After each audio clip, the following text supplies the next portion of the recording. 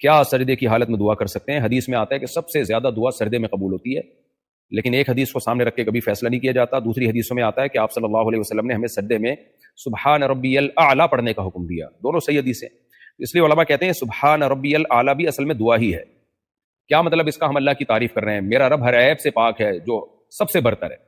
مطلب یہ کہ اللہ جب تو سب سے برتر ہے، تو ہر عیب سے پاک بھی ہے، تو میری ضرورت بھی تو جانتا ہے نا، تو میری ضرورتیں بھی پوری کر دے. تو یہ گویا اللہ سے مانگا ہی جا رہا ہے. جب ہم کسی کی تعریف کرتے ہیں، آپ نے کسی سیٹھ کی تعریف کی کہ یار تم بڑے سخی ہو، تم بہت اچھے ہو، تو آپ اس کو اصل میں ترغیب دے رہے ہیں کہ یار تم ہم پہ بھی کچھ چھڑکاؤ کر دو، تم اتنے سخی ہو، تم اتنے مالدار ہو. تو ہم اللہ کی جب حمد و ثنا کرتے ہیں تو اصل میں ہم اپنا بھکاری پن دکھا رہے ہوتے ہیں. ہم ہیں بھی بھکاری، حقیقت ہے.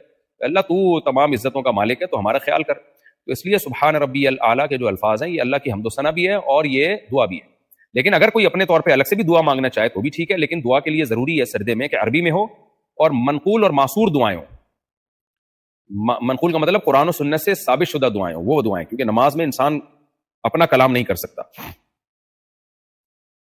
اور آج کل جو یہ سجدے کا رواج چل پڑا ہے نا، بعض لوگ نماز کے بعد ایسے ہی ایک مسجد میں سجدہ کرتے ہیں، یہ ٹھیک نہیں ہے، کیونکہ اس سے بدعت کی تائید ہوتی ہے. کل یہ سجدے شروع ہو جائیں گے اور ہو گئے ہیں، اس لیے اس کو ترک کر دینا چاہیے.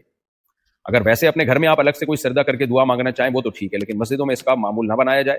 اس لیے حضرات فقہا نے اس عمل کو مکروہ لکھا ہے کہ مسجدوں میں نماز کے بعد، سنتوں کے بعد جو لوگ سجدہ کرتے ہیں، یہ عمل مکروہ ہے. اس سے آہستہ آہستہ ایک چیز رواج پکڑ جائے گی اور جو چیز سنت سے ثابت نہیں ہے اور پھر لوگ اس کو کرنا شروع کر دیں گے، تو یہ ٹھیک نہیں ہے.